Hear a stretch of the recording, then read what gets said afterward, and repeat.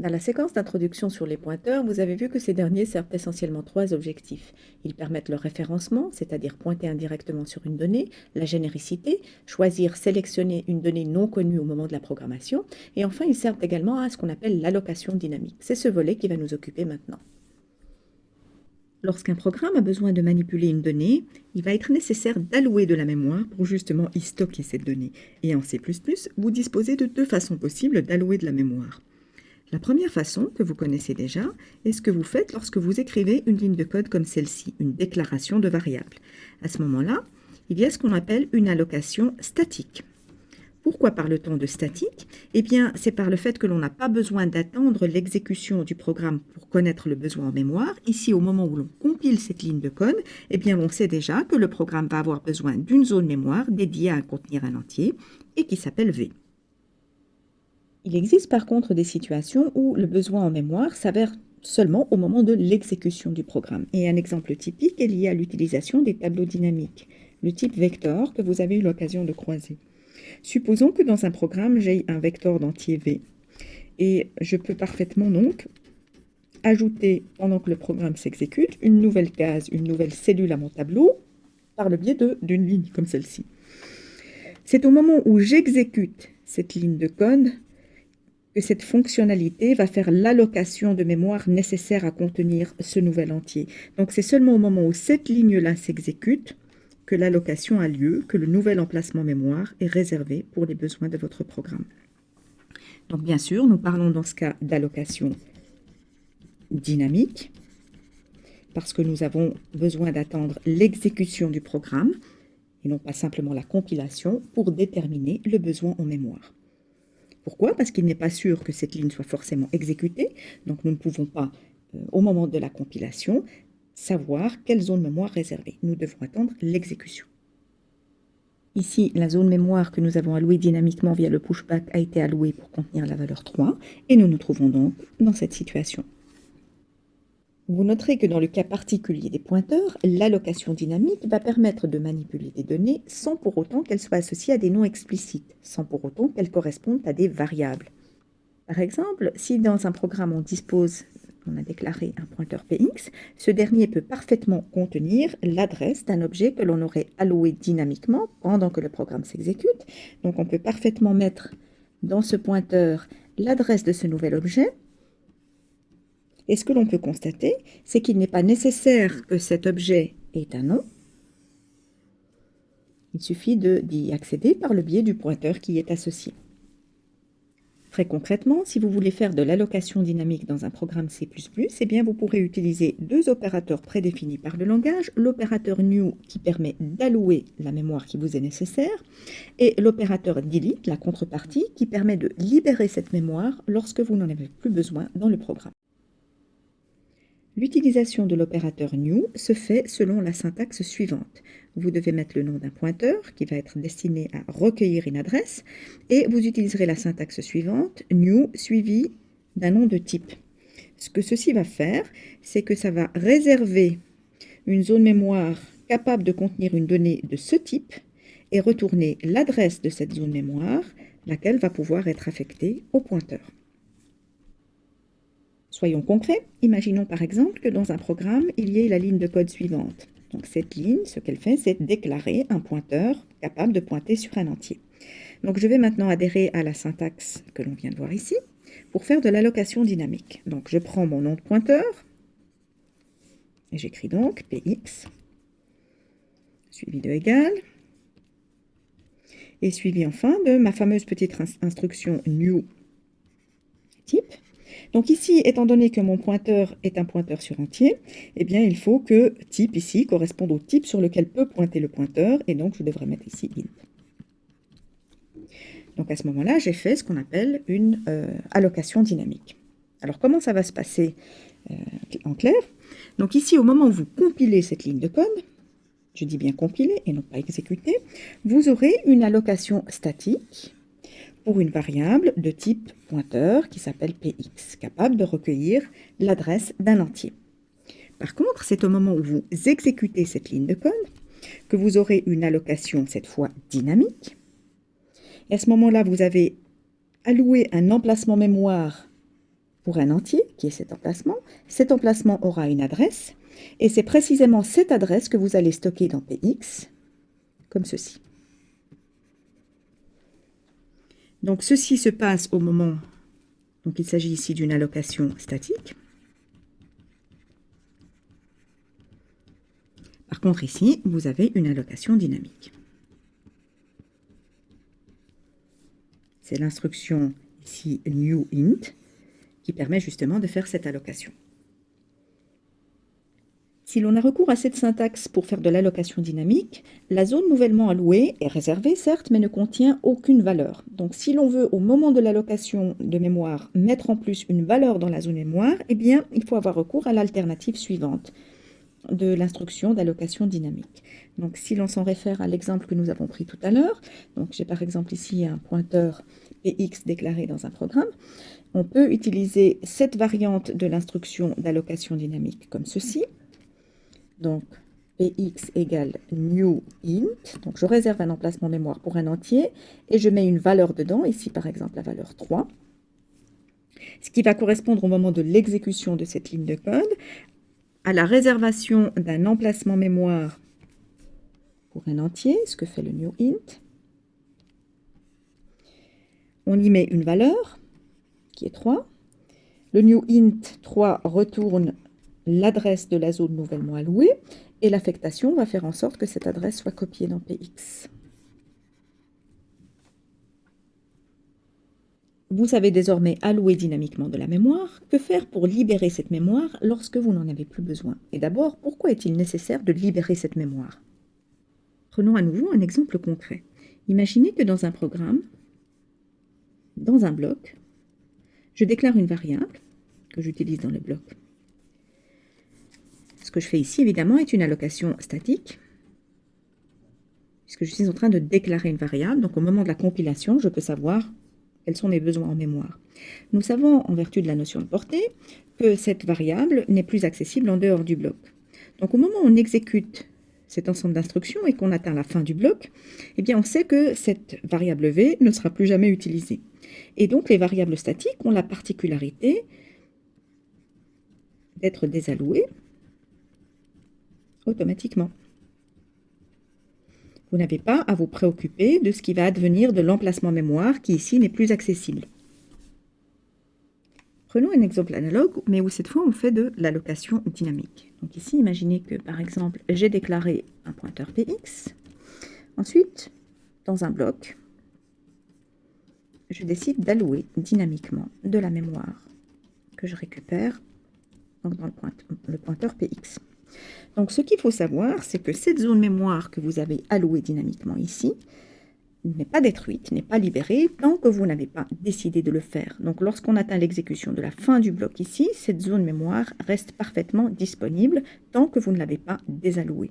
C'est ce qui fait en sorte que l'allocation dynamique permet de créer des zones mémoire qui vivent au-delà de la portée dans laquelle elles ont été créées, justement.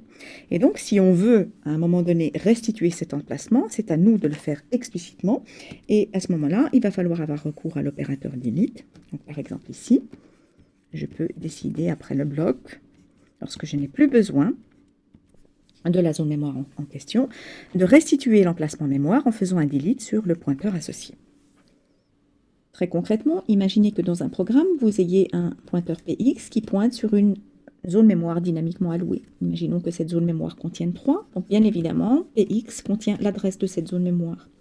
Que se passe-t-il lorsqu'on fait une désallocation de mémoire en désallouant l'emplacement mémoire associé à px par cette instruction-là? Rappelez-vous la petite analogie avec les maisons sur un terrain. Eh bien, lorsqu'on fait un delete, on détruit la maison. Ce qui veut dire concrètement que le contenu de cette zone mémoire n'est plus prévisible, n'est plus utilisable de façon sûre par le programme. Votre 3 peut parfaitement y rester un petit moment, mais vous ne pouvez plus savoir de façon sûre et prévisible quel va être le contenu de cette zone mémoire.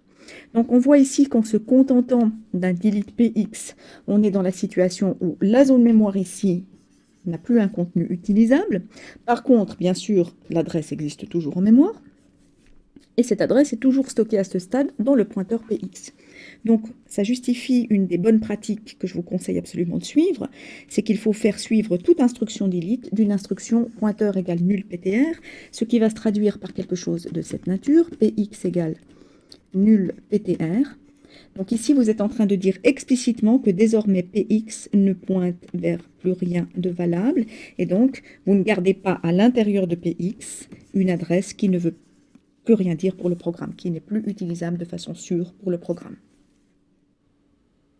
Pour résumer sur l'allocation dynamique, et pour revenir à notre petite analogie du carnet d'adresses, ce que je fais lorsque j'exécute une instruction de cette nature, et que j'ajoute une nouvelle page à mon carnet d'adresses, la page PTR.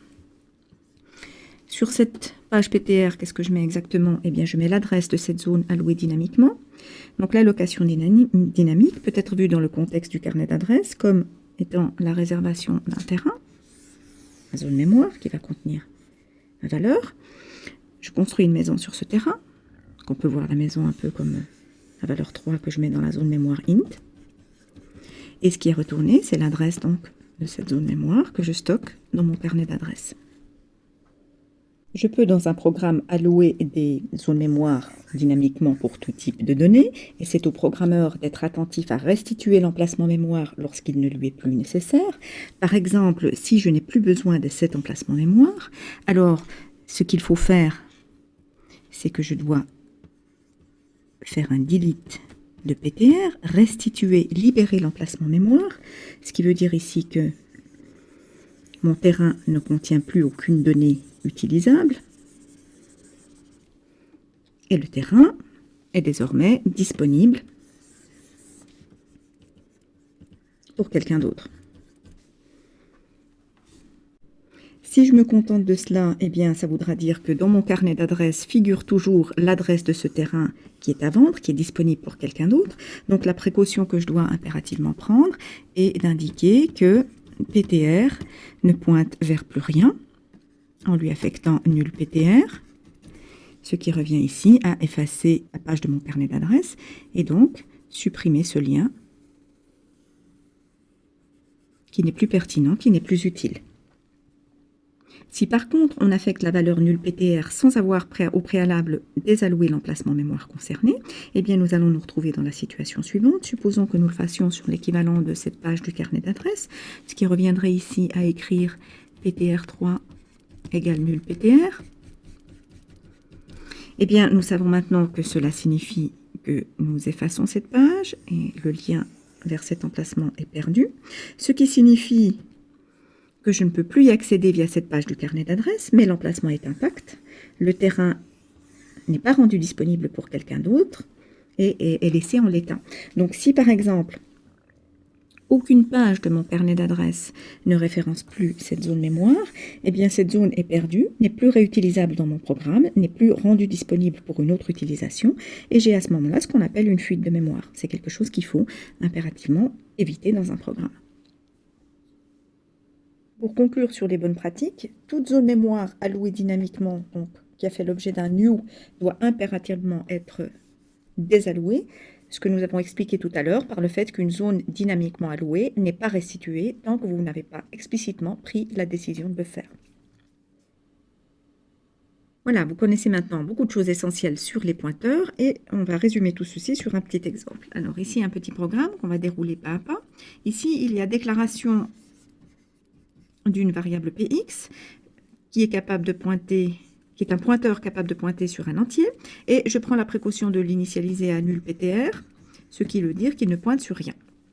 Deuxième ligne de code, il y a une allocation dynamique. Cette allocation dynamique réserve un emplacement mémoire capable de contenir un entier.